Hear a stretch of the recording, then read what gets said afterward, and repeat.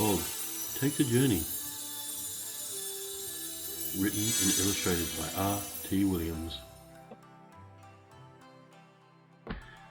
In the middle of the forest is a clearing, a dumping ground for forest creatures abound. Not many find it too endearing, but ho-hum, oh well, what does it matter where we drop a load? It's about the appearance we sell. Now in this clearing, I know it's a bit odd, there dwells a strange little creature named Bog, living amongst the bric-a-brac and dirty clod, quite dour and drab in feature. Amidst this mess, he lived quite a sad life. How he survived is anyone's guess. Known to everyone, Bog quietly accepted the ritual dumpings, but after all was said and done, because of his unusual appearance, Bog was rarely mentioned and never invited to a dance.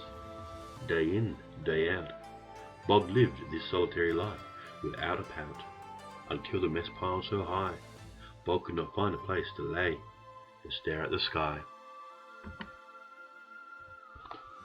Atop his pile of accumulated worry and woe, something happened, not at all like his usual style. Across the creek, Bog noticed a patch of bare land that made him shriek. Rustle bustle down the pile he slid, no time to waste, he had to hustle. As Bog never made room to collect his own bric-a-brac, he had little to pack. To stay in this mess would mean his doom. So to the creek Bog shuffled, his cries of delight to find something so close to home barely muffled. Without a thought, Bog dived in with both feet, only to find himself caught. Bog found himself knee-deep and barely offshore. Crossing the creek could not be made in a single leap. Bog needed a small boat to arrive safely on the other side.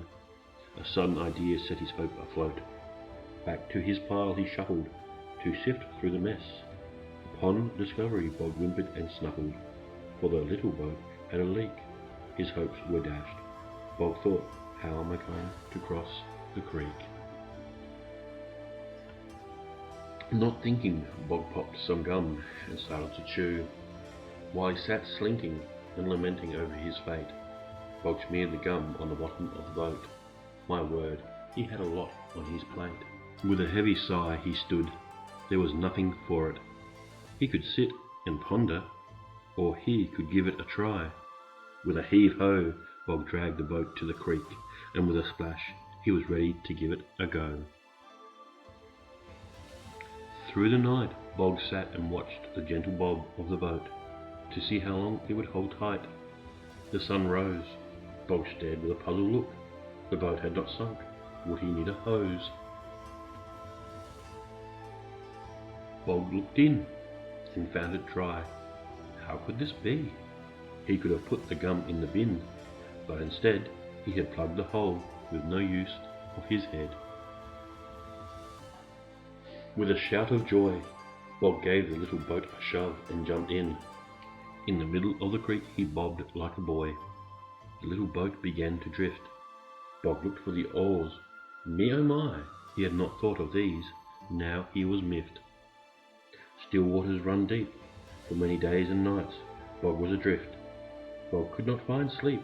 One sunny day, there was a bump and grind. Bog had hit land. He rolled out, and there he lay. For how long he slumbered is anyone's guess.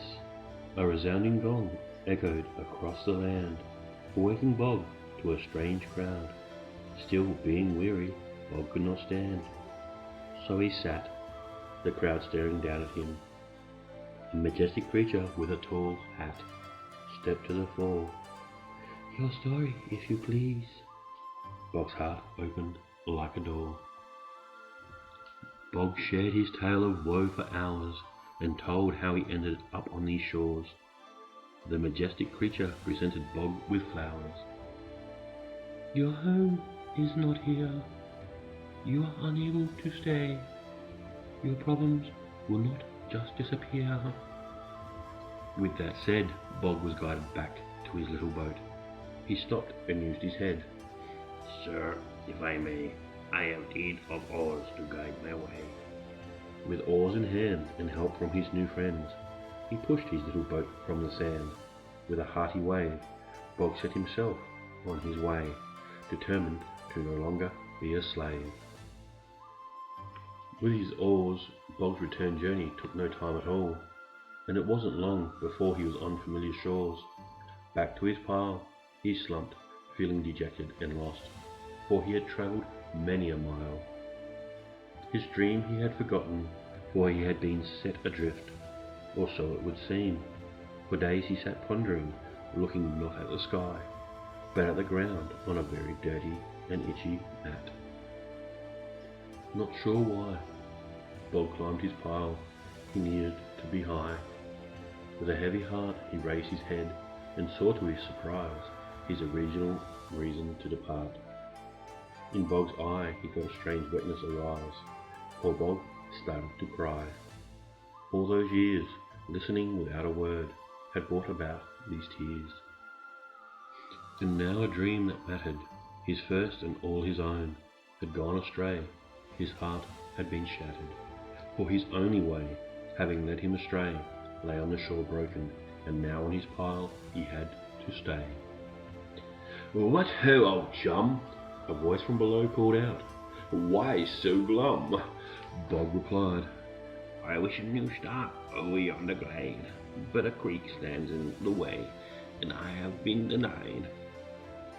Here the dump, the voice below, wanting Bog to listen, was willing to ignore Bog's slump.